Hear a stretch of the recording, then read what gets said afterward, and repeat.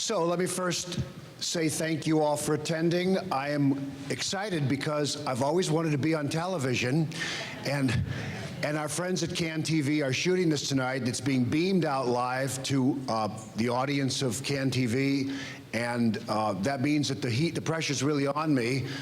If this is my audition opportunity, I'm gonna have to make the best of it, try not to swallow too many words, and try to make a little bit of sense. So on behalf of the Better Government Association and Catalyst Chicago, we welcome you to this Idea Forum. That's what the BGA calls these events. And one of our goals, one part of our mission, is to educate. And so every couple months, we have a public idea forum on an important issue. We come into them the exact same way we're coming into this one, as a nonpartisan, apolitical watchdog organization that doesn't take a position on the issue at hand, good, bad, right, wrong, but believes that the more good, strong civic dialogue we get on a topic, the better informed we'll be, and the better we'll be able to make reasoned and intelligent decisions about these complicated and often controversial issues.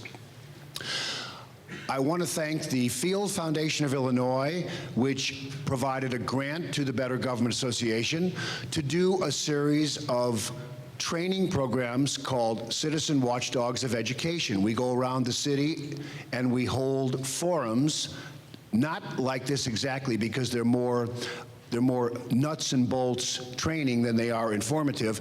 We try to train parents and regular people in how to keep an eye on their public schools, what a local school council can and can't do, should and shouldn't do, the budget process, the principal selection process, and most importantly, how to keep an eye on what's going on out there. We also do training programs for regular citizens to watch government, because we need people to be our eyes and ears. Without an engaged citizenry to let us know what's going on, we have a very limited watchdog function. Now, the Better Government Association, as you may or may not know, is a watchdog organization. We shine a light on government, and we hold public officials accountable for a very simple reason. Better government is our right collectively, folks. It's our right, and it's their responsibility, whether they're teachers or principals or administrators or mayors or county board presidents or the heads of departments. These are our tax dollars, and they must be spent on us, the public, not excessively on public officials. And so what we demand of public officials is very simple. The acronym is FAITH: fairness, accountability, integrity, transparency, and honesty.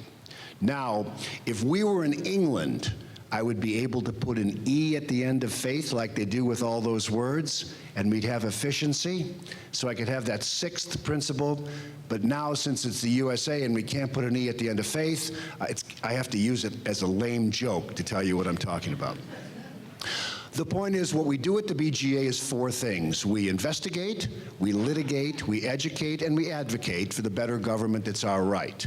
If you see that I'm doing a lot of rhyming, it's because over the years I spent a lot of time covering Reverend Jackson. And one of the characteristics that I admire most about him is his ability to communicate in ways that catch people's attention, and sometimes a rhyme is a good way.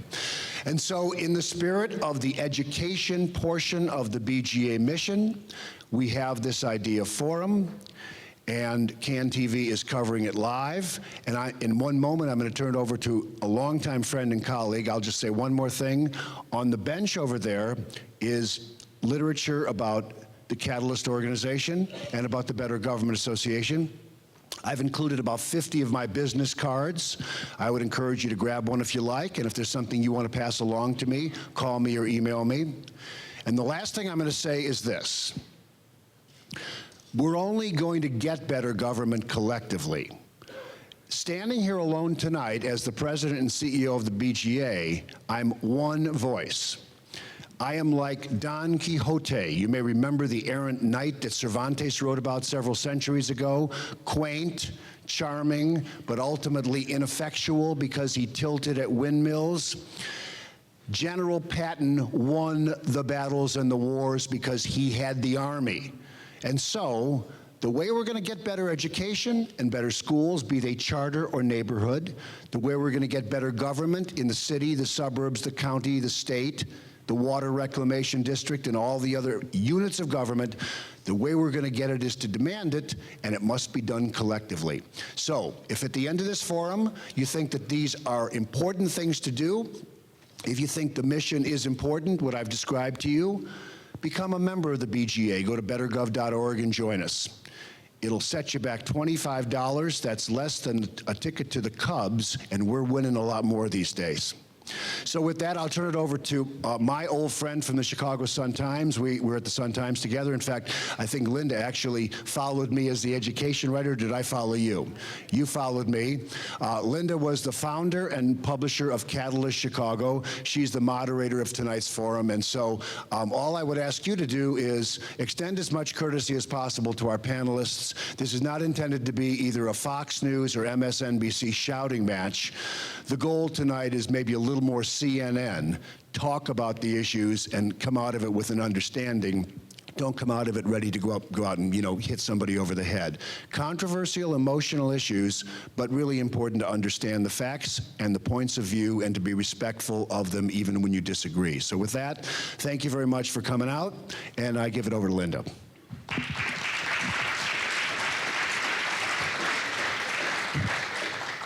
Thank you, Andy, and thank you, BGA. I mean, we are really delighted to have this partnership. We're kindred souls. It's a great opportunity for Catalyst to reach a new audience and to better serve the one that we already have. I would like to add my thanks to CAN TV, which has been really fabulous with us. Also, Chicago Amplified, which is a program of WBEZ, is here recording, and that will be posted on the WBEZ website. I will let you know when that goes up. Both the organizations are tweeting at the hashtag Charter Forum. If you don't know what that means, come up to me later and I'll explain. If you have a question, there are cards that we would like you to write on legibly. Hold up your hand any point during the presentation, and someone will pick up the card, deliver them to Lorraine Forte, the editor of Catalyst, and then I will ask them. I'm going to take just a few minutes to tell you a little bit about Catalyst, and some of you, are not already Catalyst followers. We are an independent, unaligned news organization that also acts as a watchdog and resource for school improvement in Chicago. And we've been doing this for almost 23 years under the umbrella of a nonprofit organization called the Community Renewal Society. We operate, it's like a little bit of a broken record here with Andy talking first. We operate out of the belief that you change these big school systems by having well-informed decisions in many quarters. Be it parents, educators, policymakers, community leaders. No one sector can do it alone. Indeed, all of the sectors are needed. So we have a variety of news products and services that we hope will, hit the sweet spot for each of these audiences. We have a quarterly magazine, Catalyst in Depth. There are copies there. We have a parent newsletter that goes out to about 100,000 parents on report card pickup day. We have a website that has news and opinion, and we, welcome you to check us out, add your opinion, and pick up a copy of Catalyst magazine. And we too have a membership brochure in there. We'd love to have your support. End of commercial message. We're going to begin the program tonight with some facts. Lorraine Forte, the editor-in-chief of Catalyst, has assembled them into 10 things you ought to know about charter schools, and she will share them with you now.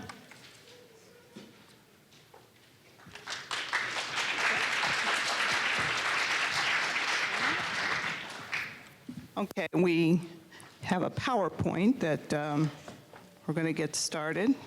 Thanks, Linda. So I can see.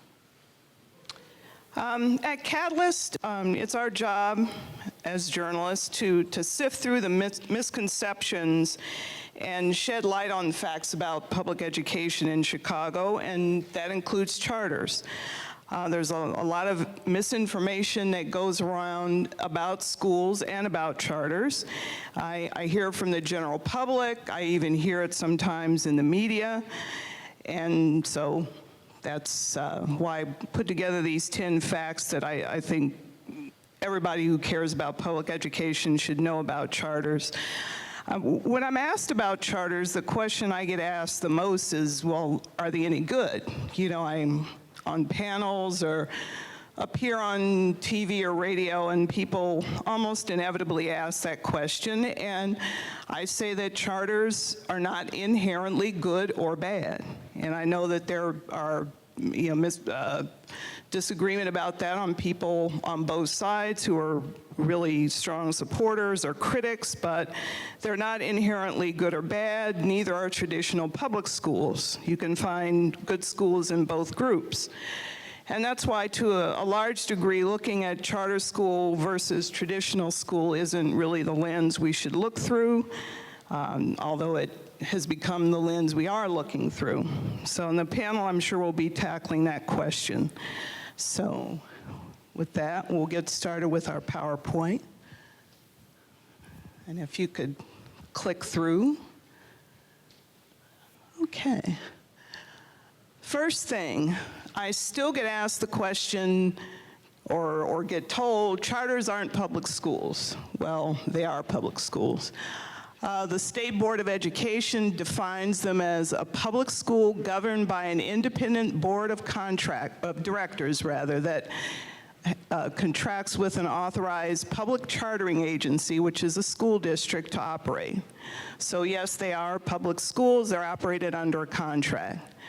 Their admission is through application. There's no testing to get into a charter, and they're given more autonomy over their curriculum and how they operate in exchange for more accountability, which means they're under contract, so in theory they can be shut down much quicker than a traditional public school. Number 2.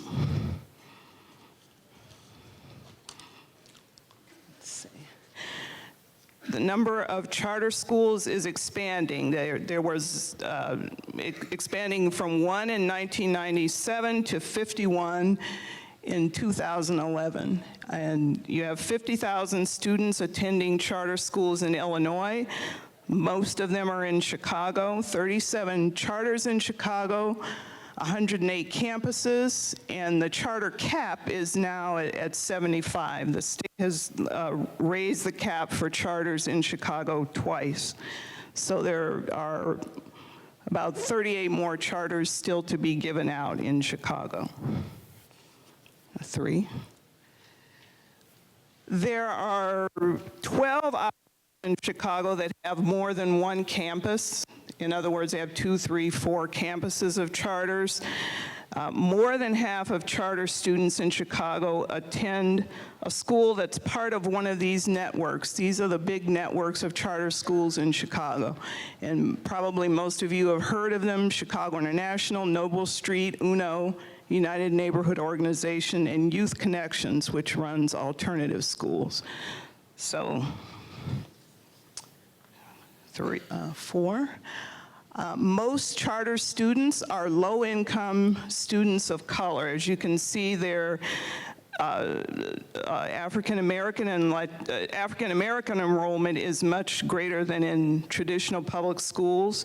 A little bit less for Latinos, more for low-income students, and less for children who are in special education. And I'm sure there'll probably be some discussion of that during the panel also. 5.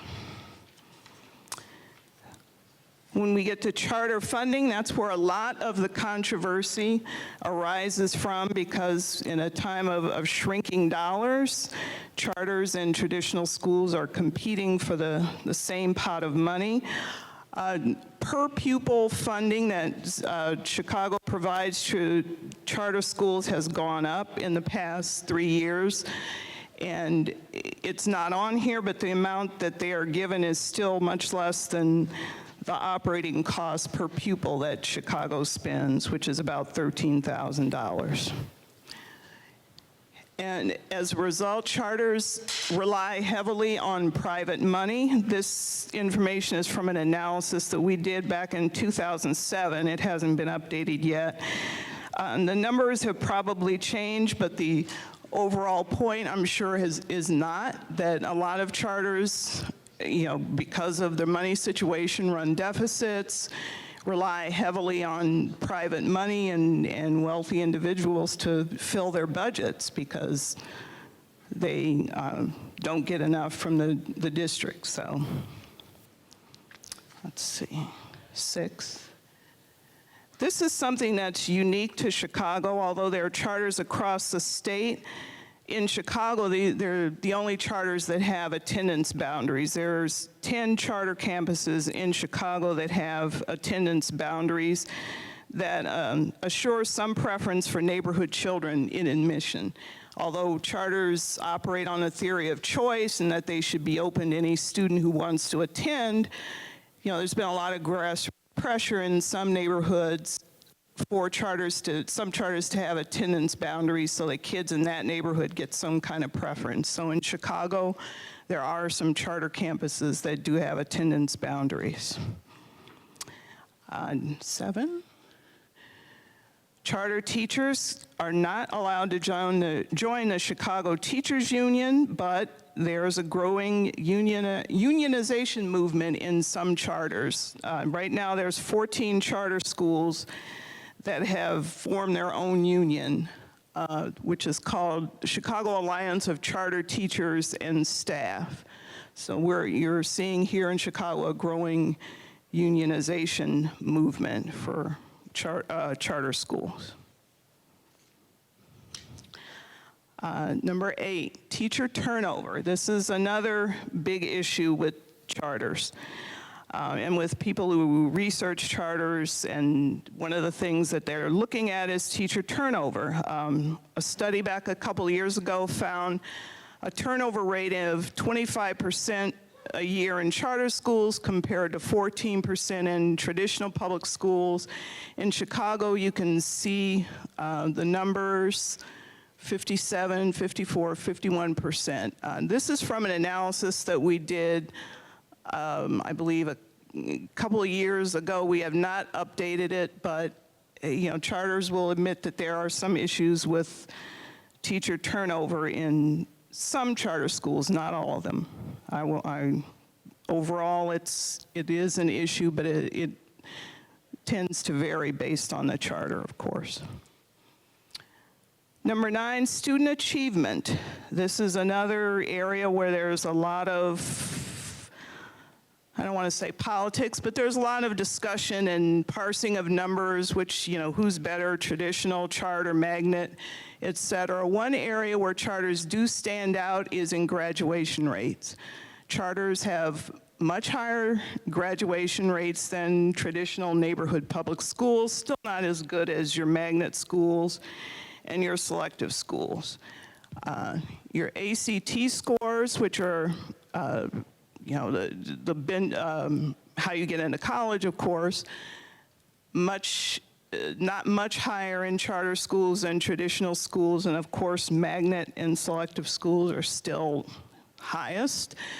On ISAT scores, for those of you who are really policy or really follow this closely, the measure we usually see talked about is meets and exceeds.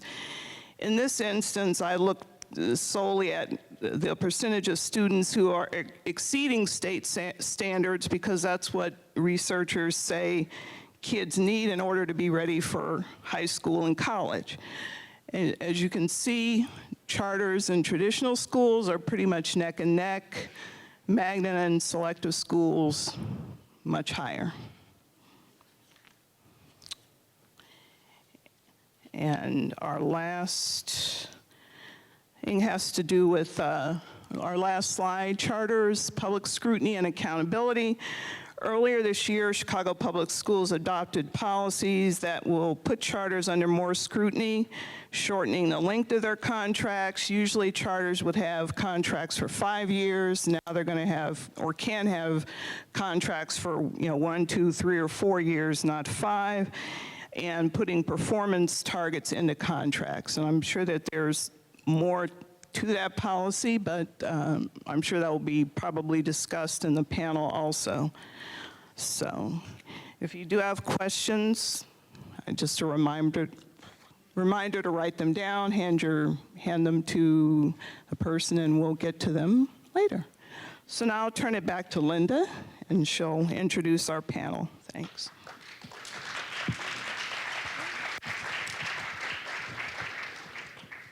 Gentlemen, do you want to join us?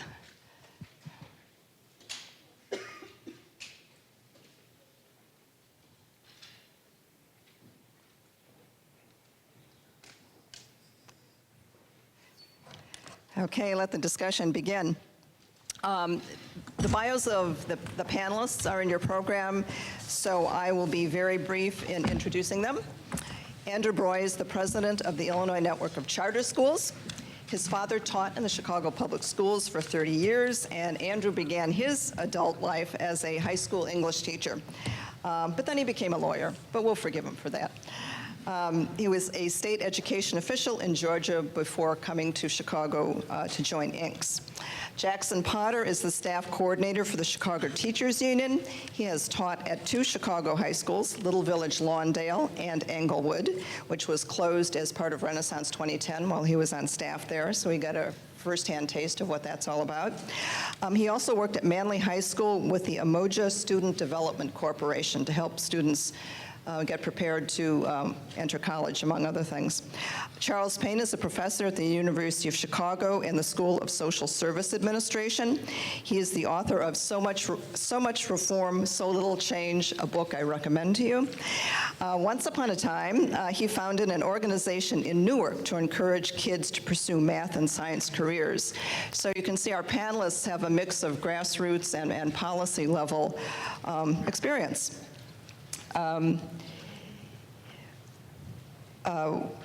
Here's briefly how the program is going to go. Each panelist will make an opening statement of 2 to 3 minutes maximum. Then I get to ask some questions because I have the microphone. And then we will take questions from the audience for about 30 minutes at the end. Again, throughout the discussion, raise your hand so we can get your questions and you can get them in early. So let me start with 2 of the main reasons for starting charter schools are that competition would improve neighborhood schools and that there would be innovations that could be spread to other schools. So as I understood it, charter schools were about more than just educating the kids who were in them. They were supposed to improve the system. And I'd like to ask the panelists whether they've seen, evidence that either of these things is being achieved, competition, improving other schools, and innovations spreading. Andrew, I'm going to pick, you know what? You're supposed to start with the opening sentence. Yeah, excuse me, I went right into my question. Let me put that on hold, go back to the panelists and have them do their opening statements. Now we'll start with Andrew, sorry. All right, well, thank you, Linda, and thank you to the BGA and for Catalyst for hosting this. Anytime we can talk about school policy in Chicago is a good night, especially in a forum like this, we can have a reasoned debate. I'll start out just by putting some figures in context. I think we have a citywide performance problem we'd all acknowledge up on the panel. If one examines NAEP results over the past 2 administrations, and that's the Nation's Report Card, the National Comparative Data Set, the range of performance across all schools in Chicago, charter, traditional, public, magnet, so forth, depending on content area and grade span, has been between a low of about 9% proficient to a high of about 21% proficient. So what that means is between 1 in 5 students and 1 in 10 students in Chicago is meeting benchmarks that are grade appropriate. That's a problem for the city, it's a problem for economic viability, for social mobility, and for our future. And so I think to some degree charters were designed back in the mid-90s to address that. The slides you saw earlier are illustrative in one respect. The charter concept is rather simple. It's that a performance contract is granted to a group of educators to run a school, and in exchange for flexibility to the school on things like longer school day, curriculum choices, testing batteries, the school has to produce results. If the school doesn't produce results, it can be closed, the charter can be ended. If it does produce results, it can continue on. One of the reasons I migrated from the regular public school system where I taught, I've managed schools over the years, I've been a state department official working in education, is that the charter sector is the one place I can go from idea to implementation in a very short time frame. And I think that the challenges facing us are of the scale that we've got to be able to have results now. We can't wait another 2 years for another reform. I also tend to think that charter schools are the one whole school reform that throws out all assumptions and allows you to build a school from the ground up. So the traditional way of doing reform in many districts has always been find a problem, design a program. So we have lagging math scores, design a math program. You've got truancy challenges, have an after-school program. Charter schools throw that assumption out and say, why don't we build the school around the needs of the local parents and students and design it in that way? And I think the model itself, while not always successful, is a very good thing to move the system forward. And I'll give you 2 examples of that. So in the recently concluded CTU negotiations, a few of the issues on the table, longer school day implementation, teacher evaluations based on student growth, those are debates going on but have been existing in the charter sector for the better part of the past decade. So in that respect, charters are leading in terms of innovation and showing the way to what the districts can wind up doing. I'll close my remarks with more of a philosophical point about what charters are designed to do. In our view at INCS, we see the charter movement doing 2 things pretty well. The first is creating more high-quality schools in the city so students have access to them. In an era when we're talking a lot about school consolidation and closure, I find it distressing that we're not also talking about how to increase quality school options in the city. We cannot close our way to quality. We've got to think about having better schools in the city, and charters are an important part of that. The second thing that charters are designed to do, and this is not as widely recognized, I think, outside those of us who work in charters, is they're designed to put pressure on districts to adapt and be more responsive. We have tens of thousands, in fact 18,000 students on waiting lists today trying to get into charter schools, and parents increasingly demand them in their neighborhoods. We've got no problem filling up the seats that have opened over the past 5 years. Instead, we've got many more parents and students than we can serve, and so that, I think, is creating pressure on the district to adapt and be more responsive. I think that's good for the system. I think it winds up improving it long term. I'm going to go to Jackson, leave Charles to the be number 3. Jackson? Sure. How's everyone doing tonight? Good. Thank you for having me. So I think it's important to get out of the current present conditions of schools and think about longer term trends. When we look at what was the period in American history where we saw the greatest reduction of the achievement gap between African American students, Latino students, and white students, it was in the 1960s and 70s during the Great Society programs, when the discourse was one about egalitarianism, teaching critical thinking in our schools, and humanism. And we've now entered this charter era of so-called choice, where many of the buzzwords are performance, competition, and some of the concerns that we have in the Chicago Teachers Union and many of our parent and community allies is that this is going to really narrow the curriculum, distort what's currently happening in our schools. If you look at Diane Ravitch, she talks about how recently, NAEP scores have gone up to historically high levels. They're not going up tremendously, but schools are not failing, and graduation rates are going up. And they may be incrementally happening, but if you destroy schools and close them and privatize them and disrupt them, you're not really getting a clear sense of that incremental change. Not that everything's perfect. There's problems. We need to deal with those things. But you don't do it by divesting. So, you look at a Noble Street charter school. What do? They do a lot of test prep. They kick out kids who don't do very well academically. They push out kids who have discipline problems. So that idea that every child deserves an education is no longer the case in this new paradigm. And the ACT, we know, is going up not because human IQs are going up, it's going up because people are getting better at taking tests. So what does that say about what are the real things happening in terms of instruction in our classrooms that are benefiting children and their families? Are they becoming more critical thinkers? Are they being able to engage civically in the society? Are they just becoming test prep factories in the schools? We don't know how they're doing in college. That data hasn't been released as far as I know by INCS. There's a lot of information we need to look at to clarify what are the real consequences of this movement to privatize our schools. I would just like to say that, you know, this idea of going from implementation to implementation in a short period of time, it runs roughshod over people's rights. In schools that have been closed and destabilized where the parents have had no say, yeah, so Mr. Broy and, you know, the people in offices downtown can make these decisions on the backs of the people who have to live with them, and that's unacceptable. In addition, I would say in terms of meeting the needs of parents, students, and teachers, they destroy LSCs, which is the formal voice that Illinois provides to parents to make decisions about their schools. There's no legal requirement for charters to have them. They destroy the unionization of schools. So, you know, the vast majority of charters don't have formal rights by teachers to bargain over their conditions. I'd like to see if Mr. Broy would agree to have a neutrality clause to allow that to happen if the staff at charters would like to do it. In addition, we see that, you know, they claim these 18,000 people on waiting lists, but Mr. Broy was very prominent in the media over the strike saying we have 3,000 openings. Come enroll your kids right now. So which is it? Do you have openings or don't you? And then this idea of transparency and democracy is even more critical. Taxpayers are paying a lot of money.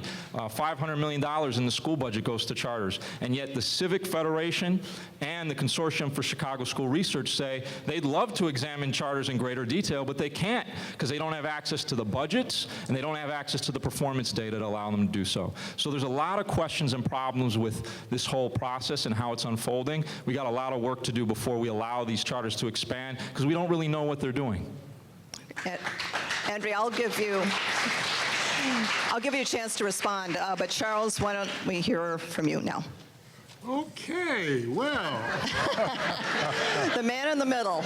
We put him there for a reason. Oh, boy, yeah, I think my job is probably to disagree with everybody, and I'm pretty good at that. So, I need to start out by making a distinction between the charter school and the charter school movement. I have very different feelings about those two. For the most part, I am convinced that there are a distinct minority of charter schools that do a very good job with a certain stratum of students, right? I think a better job than those students, they get a better education than they would in the schools to which they would otherwise have access to, right? I believe that, right? I also think that's a fairly small number of schools, locally and nationally. Nationally, so far as I can see, the Stanford study, which says about a fifth of the charters, something under a fifth of the charters are strong. That still seems to me to be the most convincing body of data that I've seen. Of the data that Lorraine showed, the important one, right? The figure that counts is that exceeds figure. That's the best easy approximation. It's only an approximation of how many of our kids are ready to move on to the next step. 15 for one group, 16 to the other. The other has selection advantages. It's not a random sample. That is at best a wash, right? On one of the most important metrics. I give them credit for what they're doing with high schools, but the small schools movement in this city, which was to some degree, my sense is destroyed by the charter school movement, was also producing better numbers in terms of graduation, right? And they tended to be more community-based institutions than most charters are right now. Nevertheless, I want to say some charters are doing a good job. I think the charter school movement is probably doing a better job of training principals than our schools of education, and that is to set a very low bar. I think, and I expect to get pounded for this, the charter school movement, to a significant degree, accounts for the recent liberalization of teachers' unions. The fact that teachers' unions are now showing more concern for the growth of students than they did 20 years ago is in part due to the boogeyman of the charter schools. I believe that, right? That means to me, and some charters have earned a place at the table, it's not at the head of the table. Going forward, I would like to see charters have the same data and reporting requirements as any other public school. We just can't find enough about what's going on there. Going forward, if you take a child in September, you need to have that child in June, right? Neighborhoods, we should have stronger neighborhood preference. I actually believe we should just go to neighborhood boundaries, right? And neighborhoods should have a say in what kind of charters come in the neighborhoods and whether charters should.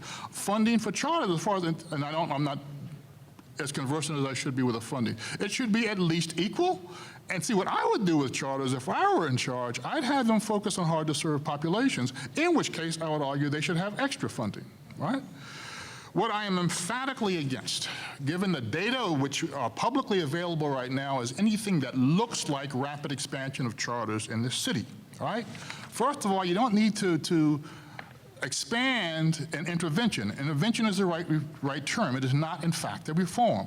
You don't need to expand an intervention which you have not yet evaluated. And to my knowledge, that has not happened, right? Second, if you're going to expand, it would make a great deal of sense to me before you expand charters, improve the ones we already have, right? So that there is some capacity for developing schools before we go out on another limb and I think waste a great many resources. Before we expand, let us take a very close look at the cities in this country which have already committed themselves to rapid expansion of charters. Again, I'm not claiming that I'm expert, but I will say the data that I know are not comforting, right? Let's go back to the NAEP. And we have NAEP data on 21 cities, right? Suppose you ask from the NAEP data in the early grades, how well in these 21 cities do poor children read, right? Because that's one of the tests for most of us, right? How well is a city serving young, low-income children? It's a heck of a range, really. At one end, the superior end, cities like New York and Miami have about a quarter of their low-income fourth grade students at or above proficiency. At the low end, cities like Detroit, Milwaukee, Cleveland, 5 to 8%. So that's the range, right? If you ask then how the cities which are heavily chartered look on this chart, and in this 21 cities, the heavily chartered ones, more than 20% of their students in charters are DC, Philly, Detroit, Cleveland, Milwaukee, and Houston. Every one of them is at the wrong end of the distribution, right? Chicago right now, with 14% of our fourth graders in poverty reading at proficiency, Chicago beats most of those cities right now. The only one that is above us is Houston. It's only 2 points above us, right? It's not clear. Again, this is not causal data. Let's be real clear about that, right? It is also not data that makes me say we really need a whole lot more charters in this school right now, right? It is not clear that the cities which have done that are profiting from that in ways which help the poorest children. And I know I only have a half a minute left, right? Yes. Gotcha. The charter movement, I mean, I can say what I want to say about that pretty quickly. I think it's pernicious, right? In its current form, I would not have said this even 5 years ago, right? And I understand, like any other movement, it has a wing that is altruistic and idealistic, and it has a wing that's opportunistic and self-serving. Part of what bothers me is that there is an important wing in that movement, I think increasingly important, that is using schools for political and not educational ends. More importantly, no matter what anybody's intention is, the charter school movement has dumbed down the national discussion, right? It has us focusing on the things which we have no reason to believe matter very much. 3 fairs, and I'm off here, I'm not even looking at Linda until I get through my 3. 1, I'm afraid that a small handful of really high-quality charters are now justifying the existence of a large number of mediocre or worse charters. 2, this is a deeply, deeply racialized discourse in ways that we are not talking about. If we were talking about any group of privileged children and an intervention of this mediocrity, that discussion would have been stopped years ago. It is only because we're talking about children of political capital that this conversation can go on. And lastly, all I want to say, that the fact that we have this discussion troubles me, right? And I give all you guys big kudos for being out here on a night when there's,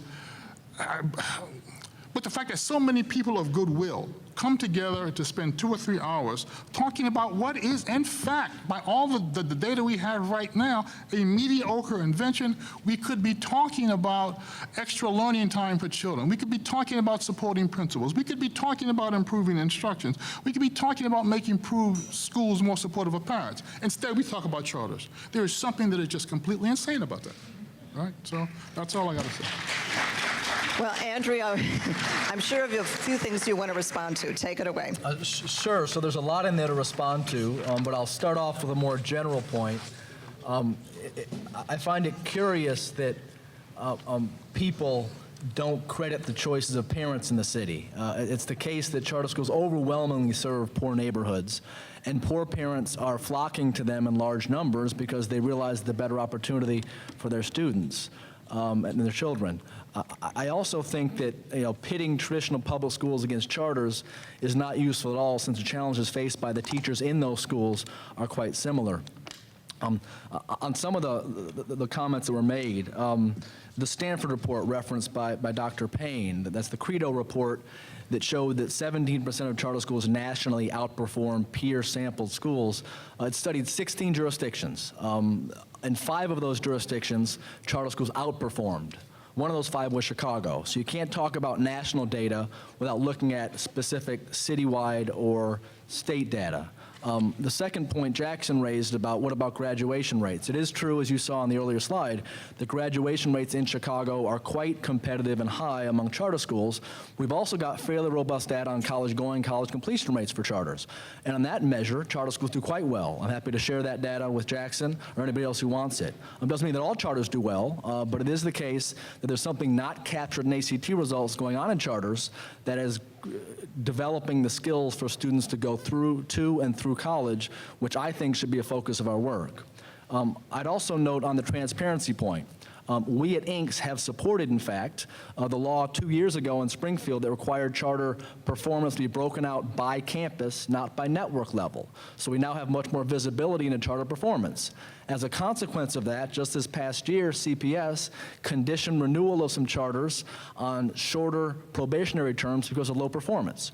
I'd also note that we at Inks have supported closing a low-performing charter when appropriate. I'd ask Jackson Potter when they've ever supported taking action against any school for any purpose, whether the school has been not performing for 10, 20, or 30 years. This movement is about accountability and making sure students have access to better options.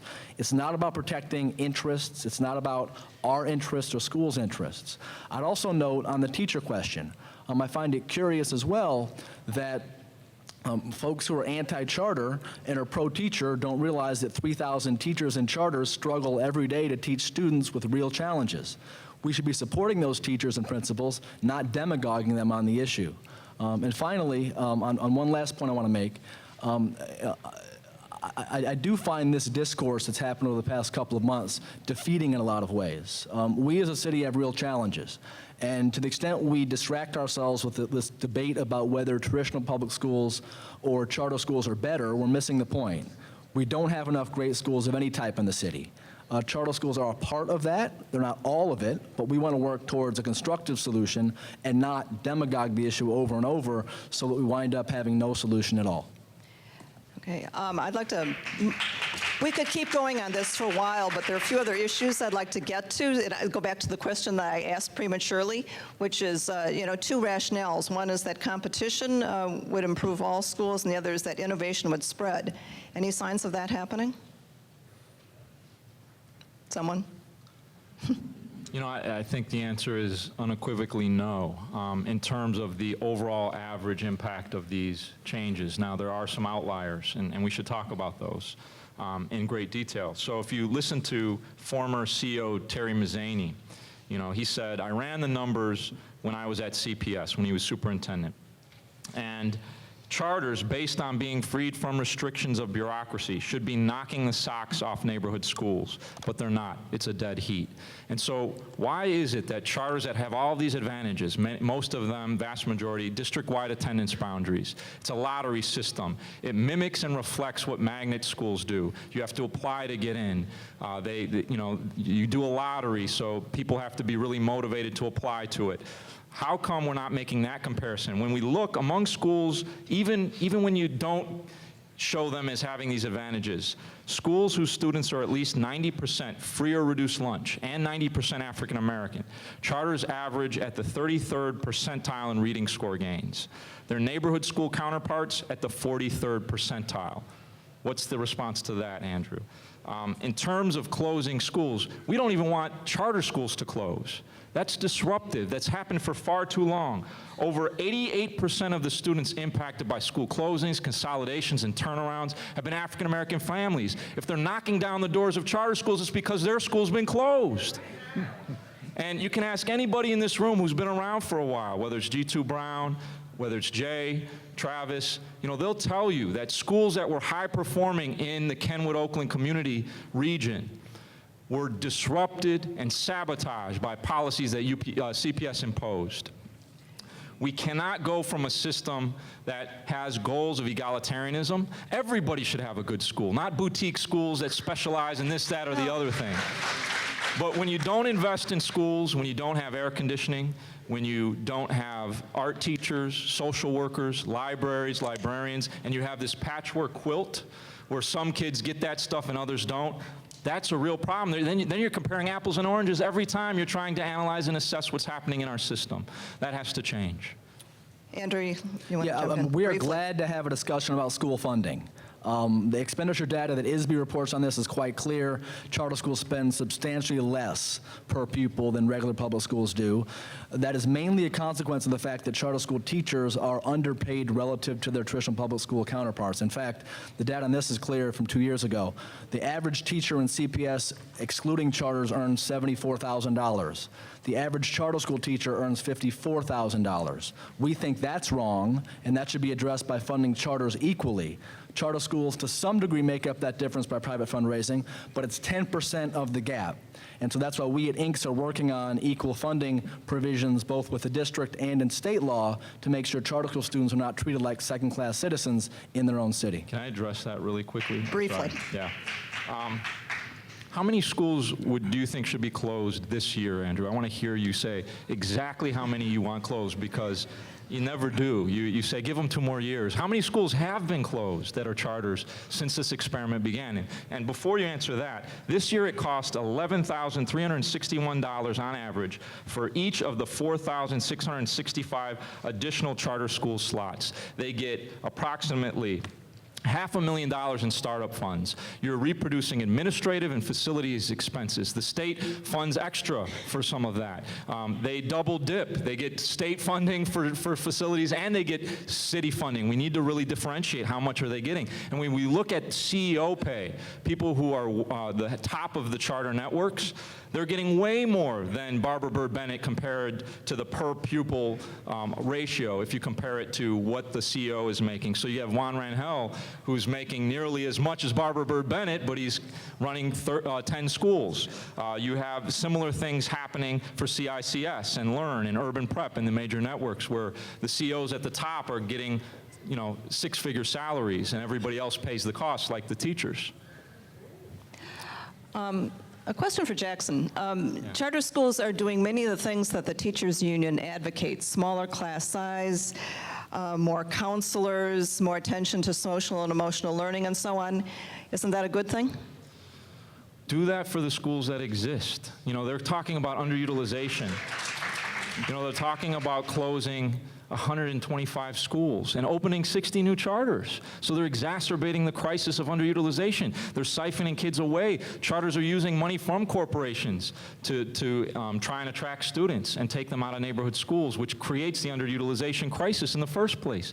So what I would argue is if we stop all this madness, let's look at what we currently have and invest in those schools to make sure they have everything that children need and deserve. That's the model where we can carefully analyze and assess if that's working. What are the charter school innovations that other schools should have?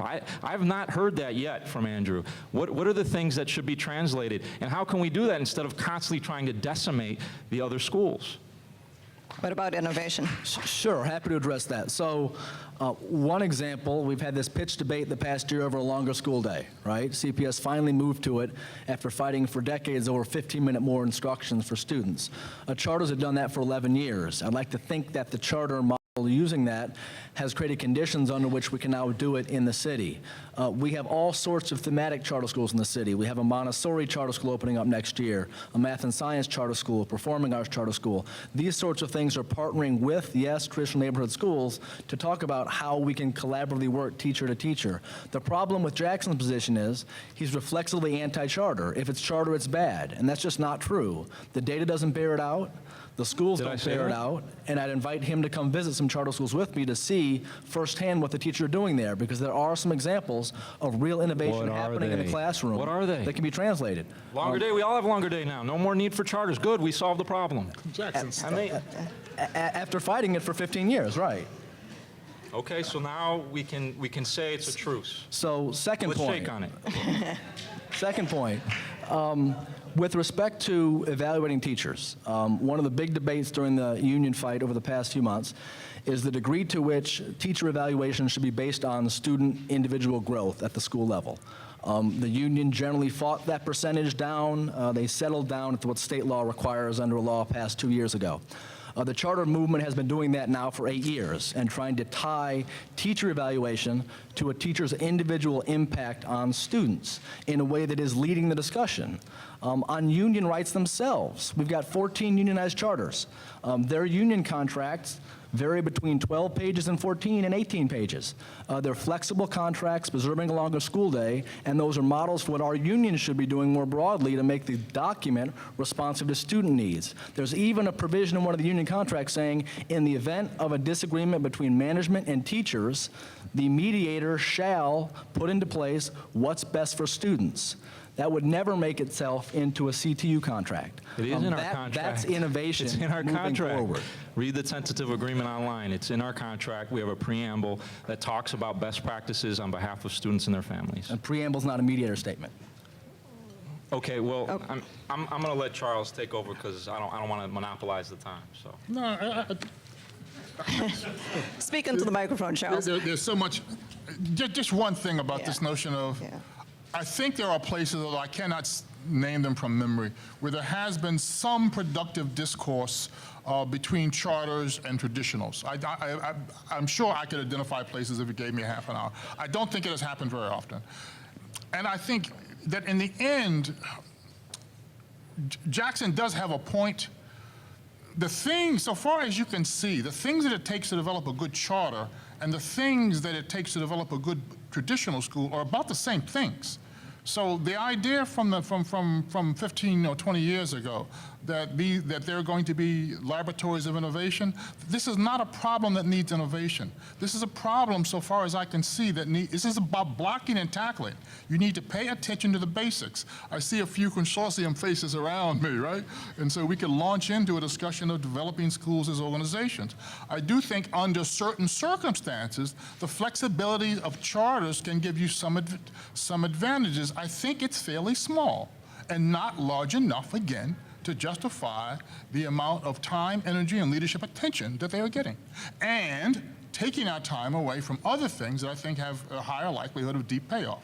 I want to emphasize that. Let's switch gears a little bit. Our charter is expected to provide students with art, music, PE, foreign language, and a library. Or are those only optional for charters?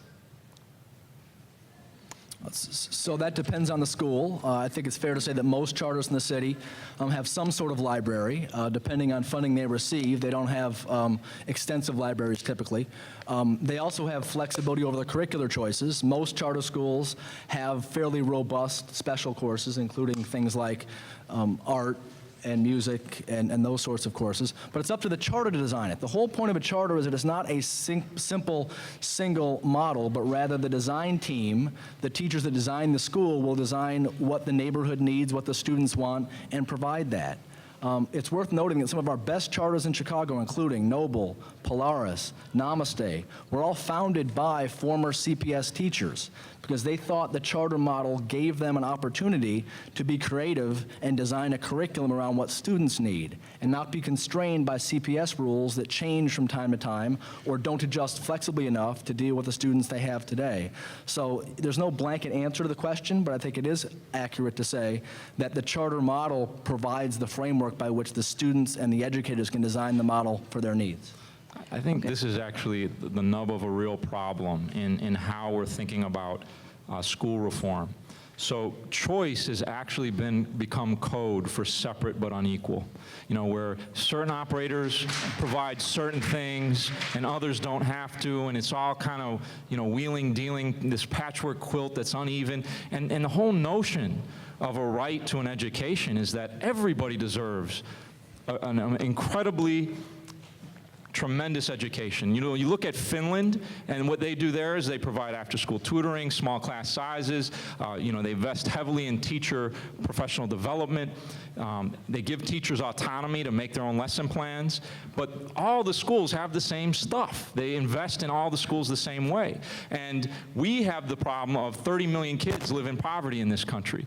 Why isn't the charter movement asking about increasing affordable housing? Why isn't the charter movement saying, let's raise the minimum wage for working families? Those things would actually produce a tremendous increase in academic achievement. But it's all about let's get rid of unions. And we need to really look at these things. Like when we talk about hospitals, do we talk about everybody should have one hospital that's good at, you know, open heart surgery and that hospital is good at dealing with the flu? No, you want all of those things in a good hospital. You want everything to be able to treat you. And so when we keep talking about decentralizing our schools and letting charter operators decide, that's undemocratic. You know, where is the parent voice? Where is the societal commitment to egalitarianism, to make sure everybody has a chance to make it in this society? I have two questions about choice and parent choice, actually. Why is there such a hostile attitude toward parents having a choice to select an alternative education? And then what is the parent community process and community engagement process look like in charter schools and actually getting them open and keeping them accountable? So a couple of questions around. Let me respond to the first, this notion about hostility toward choice. First of all, and I would to some degree criticize Jackson for speaking of the charter school movement as if it's just one holistic thing. We have to make distinctions. The important point for me is we don't have enough good schools in this city that we can give up any of them. Some of the ones that are good are charters. They should be protected, they should be nurtured, and I'm perfectly okay with the reasonable and judicious expansion of those schools, right? So, so I don't want to make this a discussion about charters as a single entity. The issue of choice is complicated. So far as I know what's happening among parents in Chicago, a great many parents are desperate for any alternative. If the alternative in front of them is charters, they will go for charters. If you give them another, then they will go for that. That's one element. And I respect that, and to the degree that that's a market, we ought to try to meet it. One, two, I also know that demand is being manipulated. Right? It's being manipulated by people who are telling parents, well, if you're in a traditional public school, you might want to think about that because that school might not be here in 2 years. That might be closed. By people who are putting desirable programs into charter facilities and on and on. So the idea that parent choice should be respected, that's right. But we should also understand that there is some element of construction, of manipulation going on in the issue of choice, right? And the cities, by the way, that I think have made choice work be something other than a way to increase class and race segregation, which is what I think it is in Chicago and Philly. Yeah. The cities where choice works are cities that created good schools first, and then they gave people a choice. They didn't assume that giving people a choice would drive the development of good schools. That, there ain't much evidence for it. But you know, when you look at like a Whitney Young where I went to high school, it's, I mean, if every school is Whitney Young, we'd be having this conversation. You know, would we be talking about choice, or would we be just talking about good quality schools in every neighborhood? And so I think it's often used as a foil to distort and distract from what are the real issues here. How do we get to that point where every school has those kinds of resources and capabilities? And Charles, you know, mentioned it, that many schools, we have a tremendous rate of inequality, 23% child poverty rate in this country. You know, life expectancy is lower than any other developed nation in the world, and the wealth disparities are tremendous. And unless we address those things, it's going to be hard to get to a point where all schools are equal. And so some schools are going to need startup funds to get to a point to close that education deficit that's been created over generations. I did want to say and accept the criticism Charles gave of me that, you know, there are some charters out there that have some things going for them that we should learn from. I think Namaste has some good school culture things and attentive to a lot of environmental issues and health issues that schools could learn from. You know, school culture in Noble Street, it's very, you know, strict and disciplined.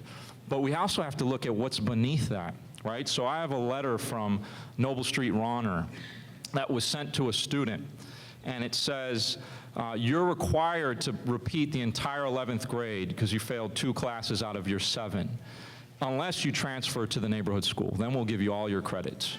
So what's happening is this distortion in a magnitude that we are really not aware of yet. You know, the $400,000 in fines that parents paid in Noble Street last year is a disgrace. That's something that prevents people from being able to attend school and finish because they're being pushed out. Can charter schools address inequities and opportunity to learn associated with race, ethnicity, and class?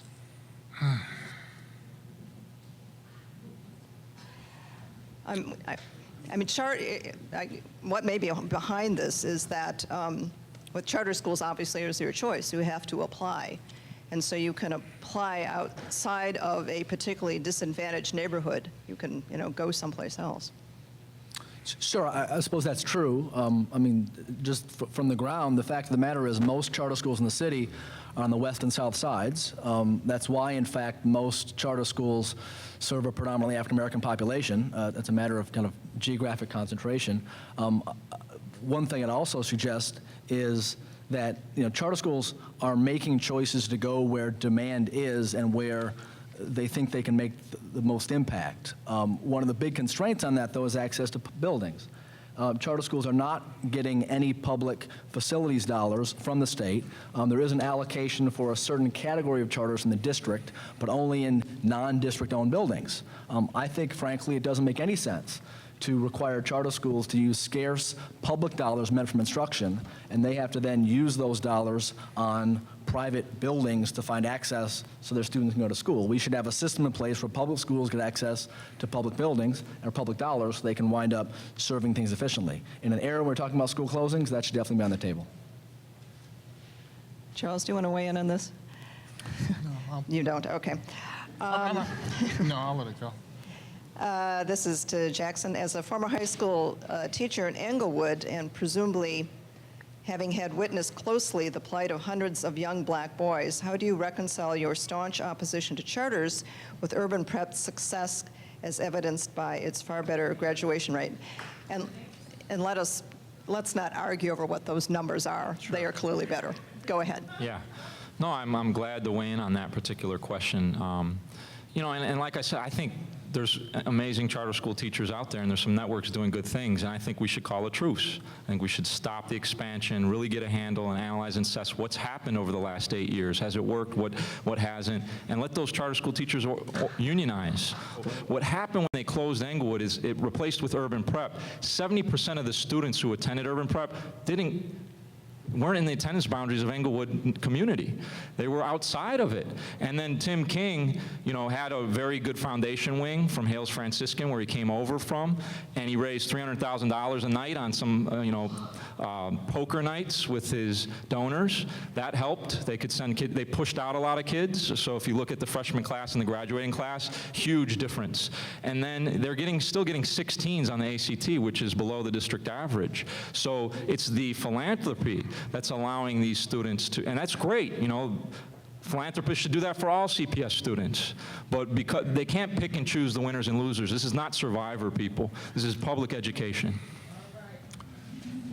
Yeah, I think that was a fairly partial description of what's going on, so far as I know, right? It is possible that the philanthropy is a part of what makes the difference, but that's only a possibility. We don't know that, right? My only, I don't know how many times I've done professional development for urban prep, how many of my students teach there. There is, I'll say frankly, there are some issues about instruction on which that school, like most schools, still have a way to go. In terms of the quality of adult-student relationships, it's at one end of the spectrum for me. It's at the stronger end, right?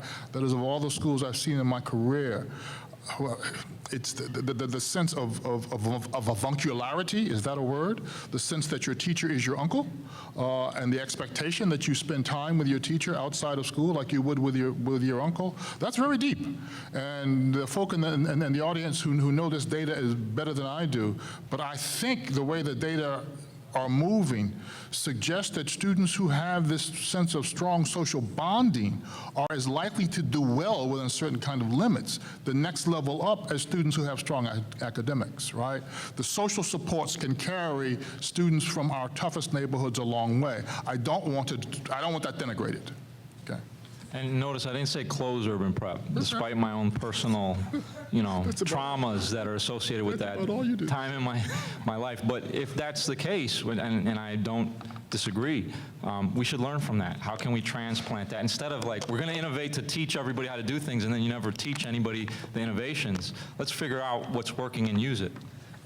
I think it's an important point to underscore on this, too. There are a number of charter high schools in the city that have done a tremendous job of sending students to competitive colleges and then seeing them through college, even though their ACT scores would otherwise predict not fully college preparedness. So for instance, we've got North Lawndale Young Women's Urban Preps in this category where they've got EPAS gain scores about 4 or 5, getting to a 17.5, and we think 21's college ready, and yet those 17.5 scores are going off to competitive four-year colleges and succeeding. There's something happening within those schools in terms of the quality of relationships that's developing in those young people, the ability to actually persist and succeed, and that's something we should talk about much more broadly. Because frankly, the quibbling over the test scores without looking at the goal of preparing for life and success in college and beyond sometimes distracts us from the real goal. And that's happening at neighborhood schools too. Like, that's not a phenomenon that's specific or unique to charters. Social justice, where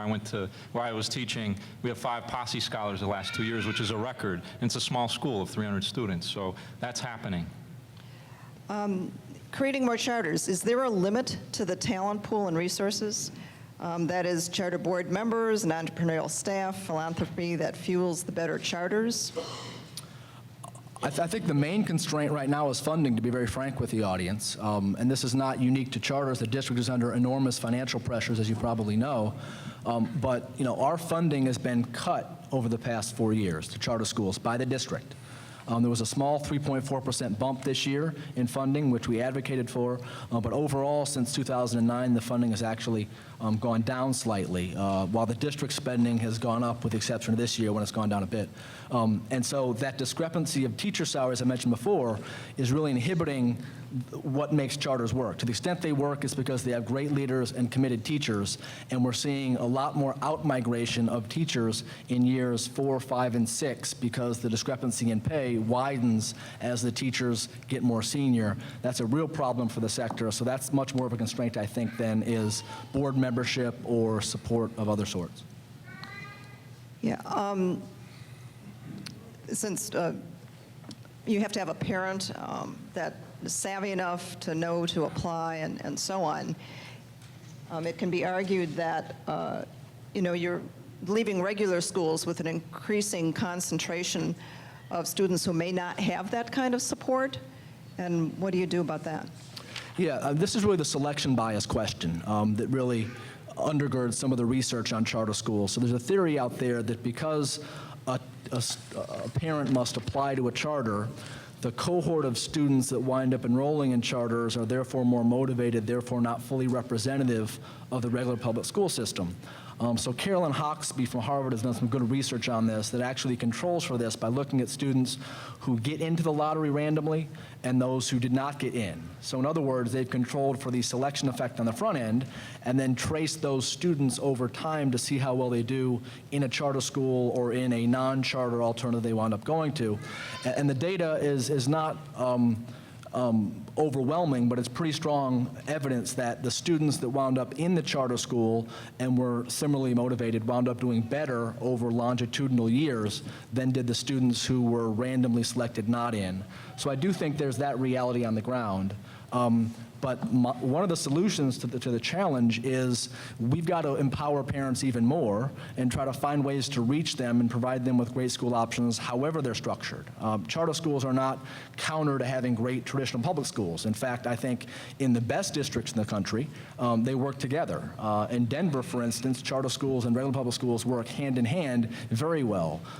Because of the political situation in this city, we've now got a situation where charters are pitted against traditional publics, and that's not benefiting anybody long term.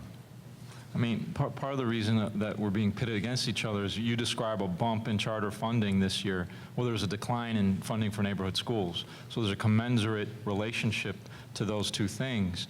And we have to pay attention. They're talking about expanding 60 charters.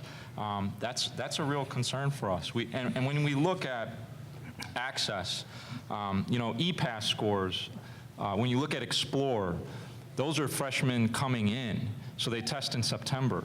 And for charters, when we looked at the Explore data, we see that they're second in the city to magnet schools in terms of the highest scoring on Explore. So that's already stacking the deck. And so we're already comparing apples and oranges at that point. Well, let's just look at the gain scores then. I mean, control for the incoming score, and you'll see that charters are overrepresented among those who gain at the high school level in the city. Right, but are they gaining because students come in already well prepared? No, and the gain is a difference between 9th and 11th grade, Explore, Plan, so it controls for that, Jackson. Well, I'm happy for our researchers to, sit down and figure out if we're looking at different things. Well, to speak for one researcher here, it's just interesting how quickly we go back to what I think is the wrong question, right? Charters in Chicago compared to traditionals in Chicago. Those are two failing systems. The great majority of children in either system are not likely to do well in this world as we ordinarily understand that. They are failing systems. And if you want to be better on this measure and you want to be better on that measure, you both have my blessing. That's not the question. The question we should be asking are where in this country do we find the best options for children like our children, right? That's the question. And then if charters become a part of that discussion, that's fine. But you can't start the discussion with charters and get any place, right? I won't say that again for 5 minutes. At the end of the day, can't we ultimately link student performance to early education and parental involvement? How do either charters or neighborhood schools adequately address this issue, something outside their scope? Well, in general, you get the question, right? Early childhood education and parent involvement. How do we do that better? Yeah, how do charters or regular schools get at that issue, which is really important?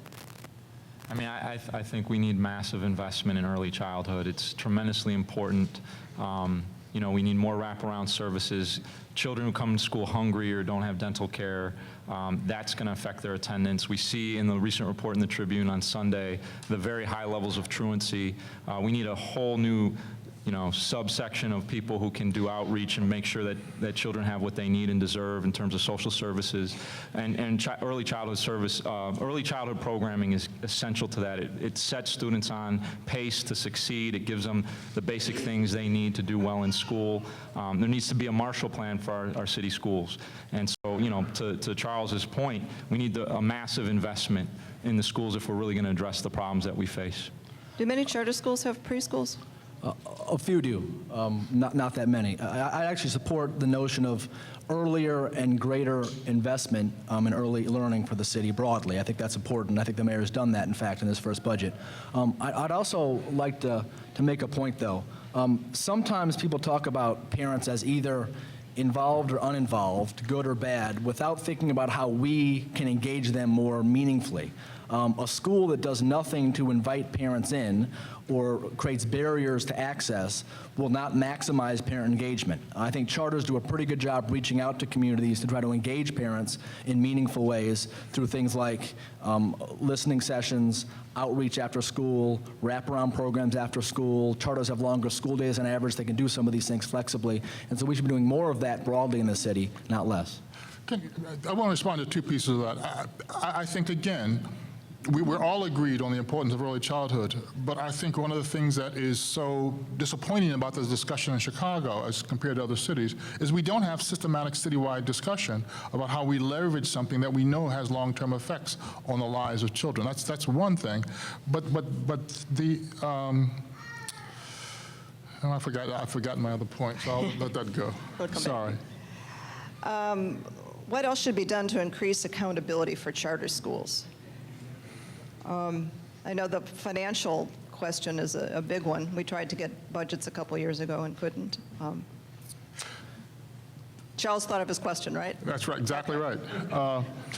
I just wanted to say, and this actually is pertinent to the issue of accountability in a way.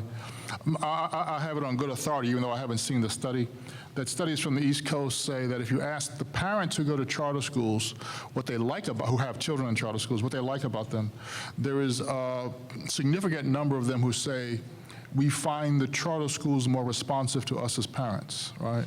And for everyone in this room who is a traditional public school advocate, I want you to think about that, right? I hear so many parents in this city say they're not comfortable in their schools, they feel put down by school staff. I'm talking about traditional public schools now, right? And so everybody who's talking about, yeah, traditional public schools, we need to rethink the degree to which those schools are setting an appropriate, welcoming, supportive climate for parents, right? I think that is a very real issue of accountability. I'll leave that there. Okay, some charter schools are doing really well, some aren't. Why aren't the ones that are doing well doing well? Yeah, I think that gets at the heart of the problem in the debate, and that is that charter schools are neither good nor bad. They're a governance structure that's different. Some are quite good, some struggle. The things that make traditional public schools good, great leadership, motivated teachers, students with support and who feel valued and involved, are the same things that make charter schools good. The question is, how do you create those conditions more broadly in more schools in the city? On the accountability side, to go back to the earlier question, and I want to be clear about this, as an organization, we have supported all of our schools in the membership. We've helped work with lower performing charters to make them better. It's not just a close or parish approach, but after that is done, if the charter school hasn't met the goals set forth in the charter, part of the bargain is appropriate sanctions. It might be a shortened renewal term, it might be closure. And that's how we supported the closure 2 years ago of a charter school. But the question is not the governance model, but rather how to create the conditions in a school that we know will help drive student achievement and make students feel valued and bought into what's happening. Jackson? Yeah, I mean, I think it's a patchwork quilt, right? So because there's no standardization or centralization and oversight, we have a real problem in terms of really monitoring carefully what's happening in charter buildings. Are they using good pedagogy? Do they have good school culture? Some of them do, some of them don't. And I think what Charles is saying is we need to really get our heads around what are some professional development so teachers can have the tools at their disposal and it's not just anarchy, and they really have the tools that they need to do their jobs. I do think on the accountability question, we've seen a drastic reduction in black teachers in this city, and that affects competencies on a whole slew of issues when it comes to schools. In the Perspectives Charter Network, it has a student population 92% black, the teacher population is 11% African American. So the disparities are growing, and that's going to present a lot of problems too. And then in terms of funding, and this is something the Better Government Association I think needs to look into, I think it's within Andrew's interest too to get a handle on the finances.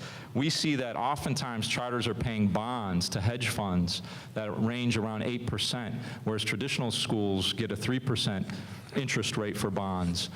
That's a house of cards. It's a disaster waiting to happen, and we really need to get a handle on, what are the over-leveraged bonds that different charter networks have, like UNO, which has a lot of bonds out and is quite over-leveraged and ready to fall apart if they don't keep expanding. One of you, maybe more of you, mentioned, these schools have become test prep factories because all the measures are in test scores. Well, we're going to be moving into the Common Core state standards, a more challenging academic program, and there's a test that's supposed to come along to meet that challenge where you wouldn't just fill in bubbles, you would, actually do a science experiment or something like that. Is there any hope among you that might, frankly, raise all schools, challenge the charters, challenge the CPS schools? Don't all rush to the microphone. Come on, Charles, you want to answer that, I know. I want to have an answer to it. I never thought about it in terms of charter traditionals. Common Core is the right thing for the country to be doing. I don't think there are many cities that have the capacity to do it well. I'm very, very skeptical that Chicago, with its long history of an inability to monitor the implementation of complicated projects, a really long history of very poor professional development, and again, maybe things are changing since I had a sense of it, but I'm very skeptical that Chicago has an infrastructure to support any kind of large-scale, complicated change, much less something as fundamental as this. So I'm worried. Now, you could actually make a case that some of the charter networks, I suspect, have their own internal infrastructure that's likely to be superior in some ways to CPS's. I don't know that, but I suspect that would be the case. So we will see. But in terms of the probability of the city being able to pull this off as a city, not if we do business as usual, right? Just not if we do this like we've done most other big scale things. And I would add, changing curriculum in a test battery isn't a recipe to greatly enhance performance in schools. It's a recipe really to have some kind of common metric by which we judge schools and a curriculum framework that's tied to those tests. Until we get serious about teacher quality and leader quality in the city, I think the chances of really moving in the direction of Common Core yielding great outcome results for students is minimal. I mean, I do think that, I agree that we don't want to be test prep factories. But, it's also, it leads to a tendency where you focus on the test score that most best represents your school. So if it's ACT, then you ignore PSAE, you ignore how students are performing on AP exams. I'd like to know how Noble Street students do on AP exams. They have a harder time on reading in the ACT because it's so driven by drill and kill. And there's so many classes that are dedicated to, focusing on exams. So that's definitely a concern I would raise. And I think there are some teachers in the audience who would like to take a ruler, Mr. Broy, and smack you across your knuckles for reducing Common Core to a curriculum. That is not the way that we should be thinking about this. Common Core is a different way to think about how youth develop, right? It has a curricular component. That component's not going to work unless it's also embedded in deep cultural and organizational change. But the curriculum's only a part of what's going here. I mean, it is true that you have Common Core, you have the new REACH evaluation system with para and, using student growth metrics. And then you have Charlotte Danielson, and these are three big complex changes that are happening throughout the district. Right. Teachers aren't going to be able to do it themselves, and, slamming each other ain't going to make it work. So we really got to figure out a way to get a handle on this stuff and do it well, all of us. Okay, we have time for two last questions, and then each of you gets one sentence to wrap up what you want to leave this audience with. What are the three most objective means of determining whether any school is good?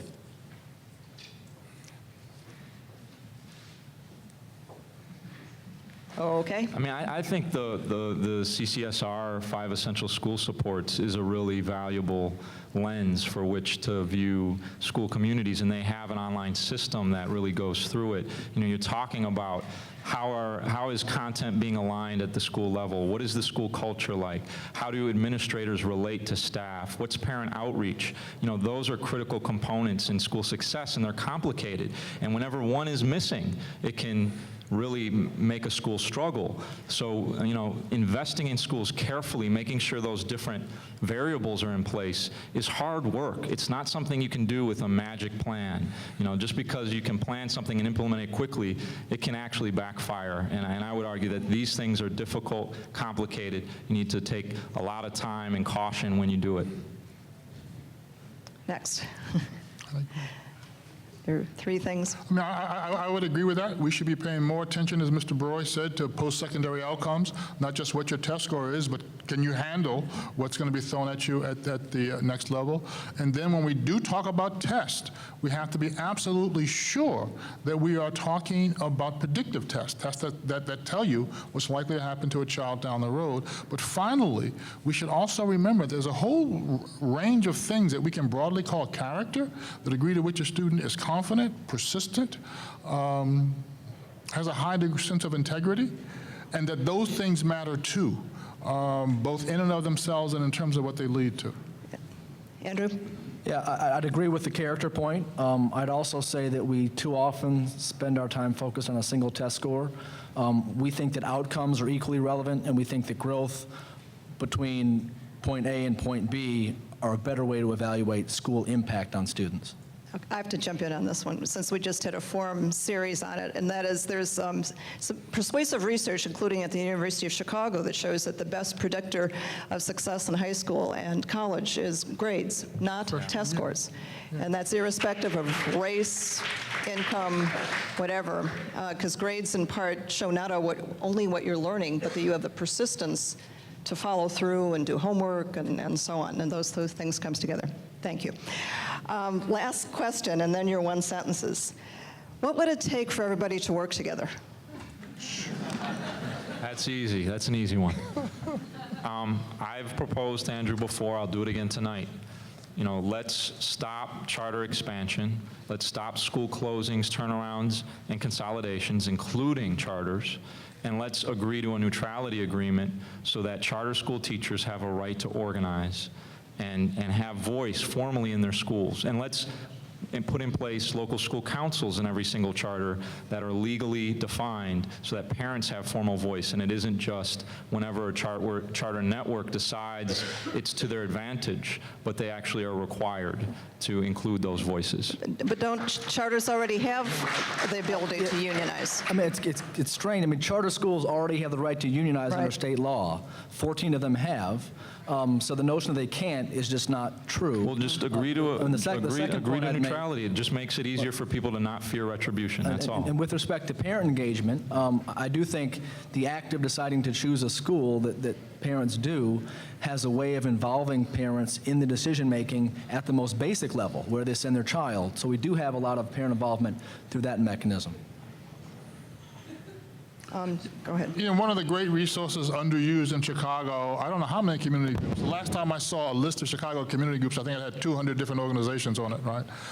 It would be interesting to think about, we have, I don't know, easily 10, 12 neighborhoods in the city in which there have been 2 or 3 years of collective neighborhood thinking about what they want to happen to young people in schools in that neighborhood. It would be interesting to think about ways in which both the union and the charter schools in given neighborhoods could work with the CACs, could work with the promised neighborhoods to help them all develop a plan, all right? That might include charters, might not. Might include some things the union wants and might not. But we would think collectively about the educational plan and not about particular kinds of interventions at the beginning. Okay, who wants to start with their one sentence? I mean, you know, I get a little heated about this stuff. We noticed. And it's because it's personal. You know, I saw students of mine, you know, basically treated like pawns on a chessboard at Englewood, and that really shaped my experience as an educator and a union activist. You know, students were sent across gang boundaries without any sort of attention to their welfare and well-being and the impact on their families, and nobody was polled. Nobody was given a chance to vote on that stuff. They just closed that school without, you know, really considering the thinking and concerns and needs of that community, and we're still struggling. You know, nothing's really changed in any significant way. And I would just argue we need to come back to talking more about egalitarianism. We've had a foreclosure crisis that's decimated the Black and Latino community in this country, the greatest loss of wealth in our history. And that makes an impact on school efficacy. And unless we start having that discussion and we don't look at this as a silo, sort of separate and isolated, but we look at it as a holistic thing of how we make schools better by making communities better, by providing jobs and investment in families that are struggling, you know, then we can do it. But if we keep down this road, we're going to talk more about segregation and social Darwinism, and that's the wrong way to go. Thank you for your long sentence. I'm sorry. Andrew, what do you want to leave the audience with? Sure, I'd focus on what the future holds and what we can do as organizations to make a better future. And on that point, you know, we're a statewide organization. We've supported charter expansion in Rockford over the past 3 years. There are 3 charter schools there. We have a member school in Peoria, 2 in East St. Louis. And we've had a much easier time working with charters and regular public schools in those districts. We are actually in the field trying to start new schools. I'd encourage us all to think about what we as organizations can do to create better options going forward. The future of the city depends on the quality of our schools. I think we can agree to that. But this rancor you've seen on the panel that is in some respect reflected in the general political discourse is not helpful to try to move us forward. So I'd like us to think about that as we close out. Charles? I think of the kinds of things I would like to see us as a city spend more time thinking about. It's already been mentioned by a couple of people that the idea, which the consortium in particular has championed, that we need to think about developing schools as organizations, that's one that we don't pay enough attention to. We've already mentioned early childhood as a really important lever. Implicitly, although we didn't say it this way, we need to have a citywide conversation which is about developing the whole child. When I look at the districts that I think are doing the best job with poor children in this country, one of the things I am impressed by is how many of those districts have policies which mean that resources follow need. It means the best principals, the best teachers, the best libraries are going to the students who need them most, and we don't have nearly enough discussion in this city about that. But all of that is to say that there are, so far as I can see, some levers are really better than other levers, and we need to be having that conversation. But there's a meta conversation that is particularly problematic for us in Chicago, and which it's that, by and large, from many citizens of the city, CPS does not appear to have either an educational agenda nor educational competence, right? And so that what that means is we talk about these things in an atmosphere where the organization itself has lost legitimacy, right? If we could restore the legitimacy, then a whole lot of reforms can work in an environment where the organization is understood to be a legitimate organization. And that is something that I think we as a community have to begin thinking about at a whole new level. I think that we're going to have to probably have another forum on this topic. Join me in thanking a fabulous panel. These are very, very tough issues, as you can see, and people feel strongly about them. And I just would like to have all of us keep in the back of our heads that question about how can we, work together on this, because if we don't, we're not going to get there.